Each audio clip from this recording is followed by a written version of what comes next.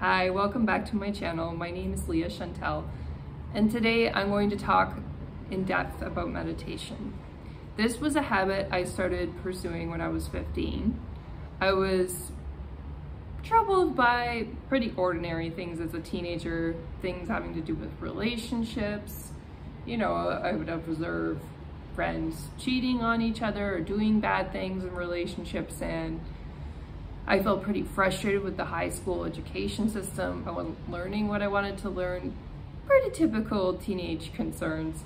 So what was unusual was that I decided to meditate in order to cope with these troubles as a teenager. And the way I came to that decision was that I was reading in the library about different spiritual practices because I wanted to find a way to calm down. I knew that I was angry. I knew that, you know, sometimes I wanted revenge on people who'd done wrong things in my high school. And I was starting to get the sense that it was not leading me down a good road, that getting revenge on people was something I shouldn't be focusing on, that I needed to focus on other things to improve my life and better my life instead. And meditation turned out to be this practice that was very helpful for me to do that. I got introduced to a circle of people who were affiliated with Thich Nhat Hanh when I was 15 through my parents. They had a colleague at work who were studying with Thich Nhat Hanh, and I was very fortunate to learn a style of meditating that I still use today, and that is looking at a fixed object not too far in front of me and focusing on my breath. And there are other meditation techniques, and I'll go into that in a little bit, but I just wanted to start off with that basic one because it's so effective. It's something you can do yourself. You don't need a guru or a teacher to teach you anything in order to start with that, and you'll receive so many benefits just from doing that, you know, and people can see it when you meditate and when you have wisdom. They can tell, and it comes out not only through your conversations, not only through the things that you say, but just the feelings that people have when they're around you. They'll be able to tell that you're a calm and peaceful person. It rubs off on other people. And so this is a fantastic practical way to start meditating regularly and dealing with challenging emotions and disappointment that you may feel in your life. As you meditate, you'll start feeling the solutions to some of these problems pop in. Although that's not the typical purpose of meditation, you just want to empty your mind as much as you can. It will never be fully empty. There will probably be thoughts, but maybe if you become very advanced, you may go 5 or 10 minutes without thinking. You see what I mean? The point about meditation is that you want to go back to your breath and go back to what you were focusing on, rather than focusing on the thoughts that were coming through your mind. You want to let them go. And some of the benefits that you'll receive from meditating include things like improved health. I've used meditation to resolve a lot of really difficult health challenges. When I was younger and very stressed out in my career, I developed irritable bowel syndrome, and then meditating helped heal that.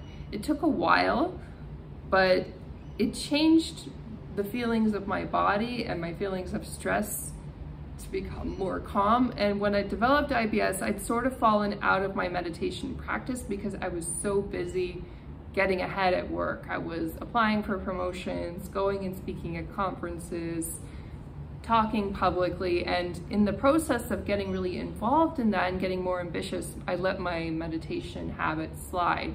And so that's when I started really having trouble with irritable bowel syndrome. And I went to see a doctor, and the funny thing about that doctor was he validated everything that I'd learned from when I was 15. I asked him for a prescription for medicine, and he did give me some, but then he wrote on another piece of paper, meditation.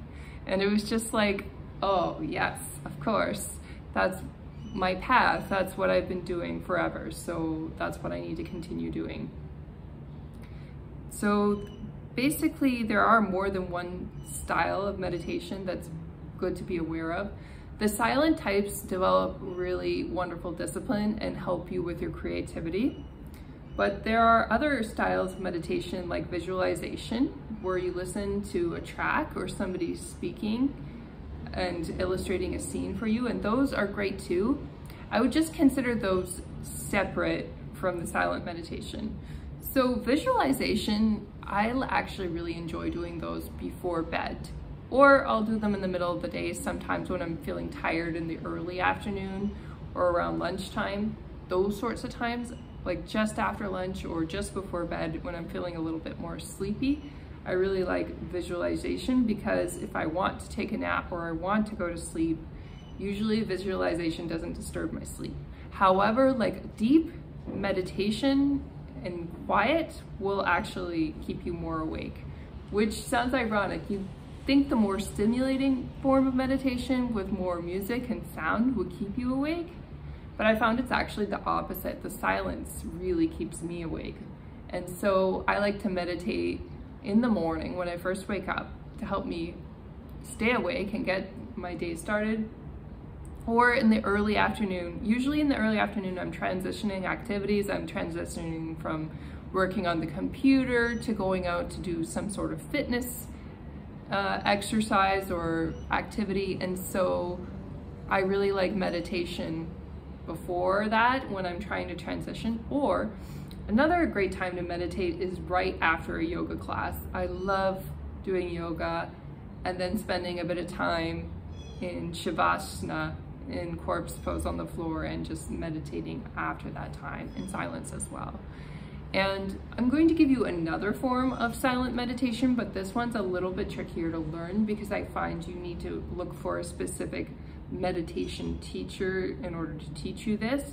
So I have a wordless sutra that I have learned through friends that I have met in my young adulthood, and it's secret. So many sutras are, when somebody gifts you one, it's meant to be treated with reverence and you're not supposed to share it.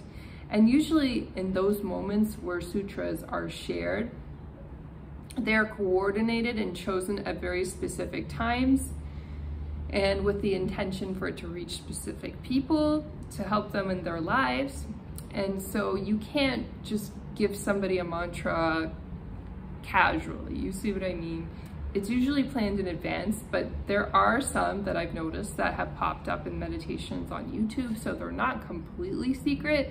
You can find them if you really want to, but the best way to get a sutra or a mantra is to connect with a teacher. And usually it's mantra-based meditation, by the way. Sutras are sometimes more words and phrases that get added on to the end of a meditation, and those can be very helpful too. But again, you need to consult a teacher if you're going to go ahead and work on some of those tools. Having said that, what's the best way to find a teacher for that kind of thing is to just develop your own silent meditation practice in the first place. Practice concentrating on breathing and focusing on an object in space, and honestly, that's very, very good as well. Pretty much the same. Teachers will argue that adding mudras or sutras on will give you enhanced experiences. My experience is that both work very well. If you want to use either, you can go ahead. The advantage with the silent and focusing on one object strategy is that you can just do it yourself. And you don't have to go looking for a teacher to give you a secret passcode. You see what I mean? But if you can get one, go for it if you need somebody like that.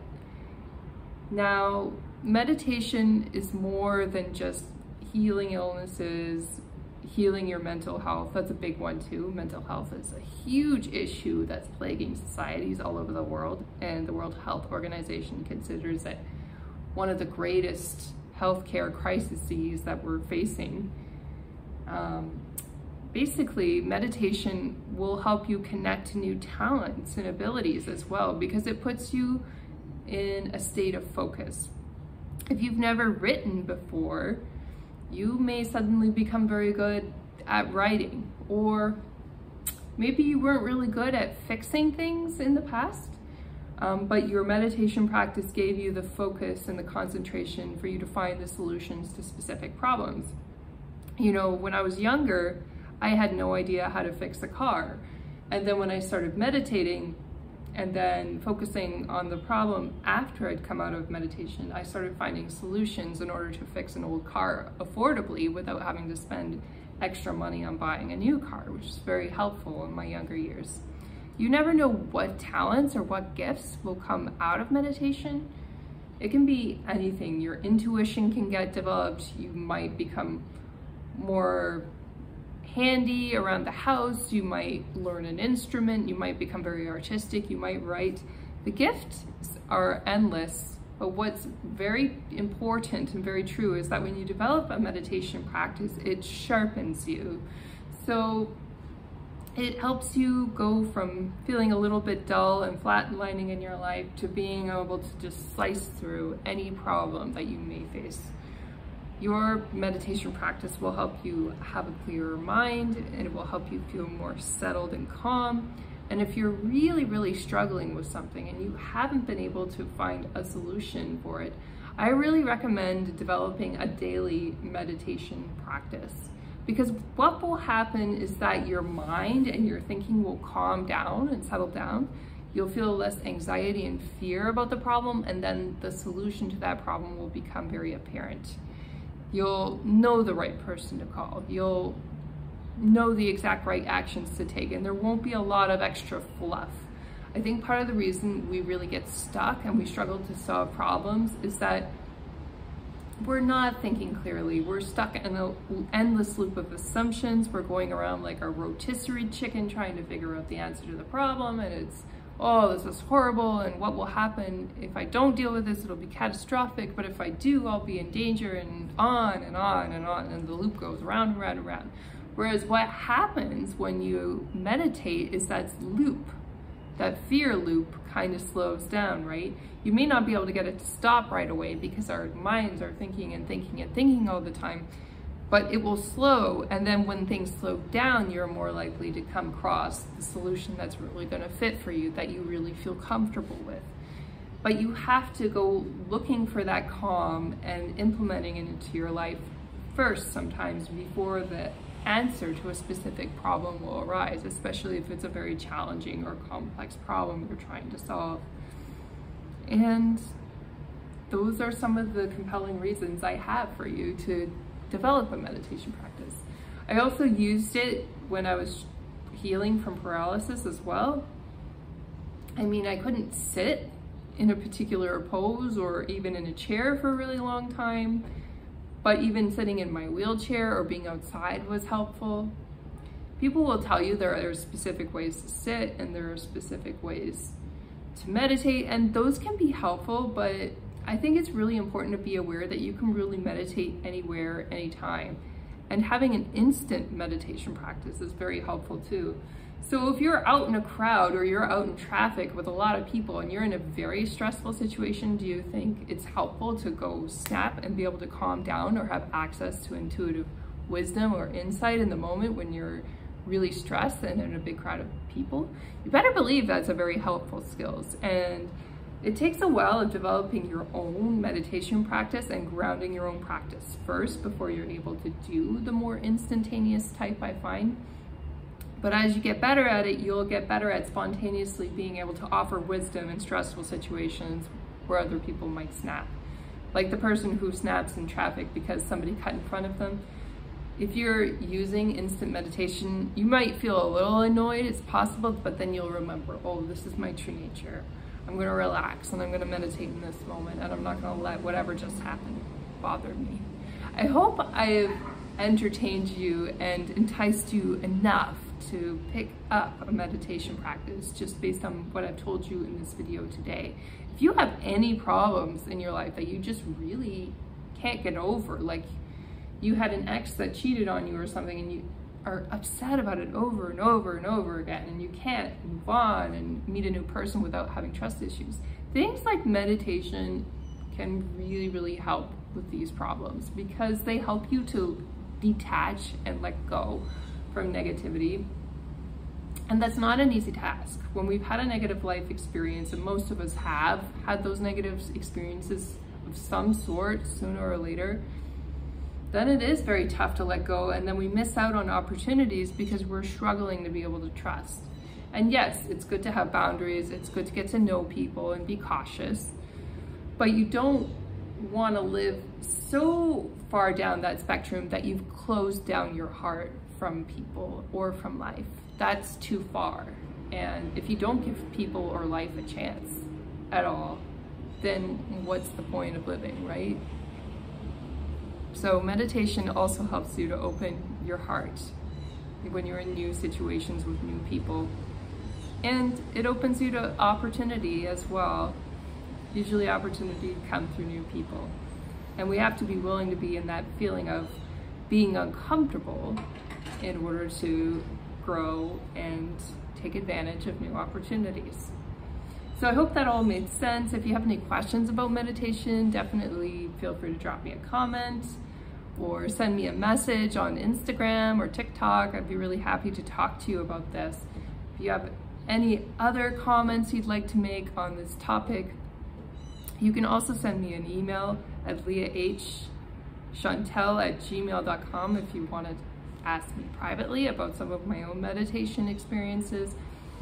Or if not, definitely hit like if you enjoyed the video, and if you want to see more tips from me, more in-depth advice on how to develop spiritually, definitely subscribe to my channel. I'm hoping to release more in-depth videos like this. Meditation is a huge topic. It's a huge pillar to spiritual development and growth.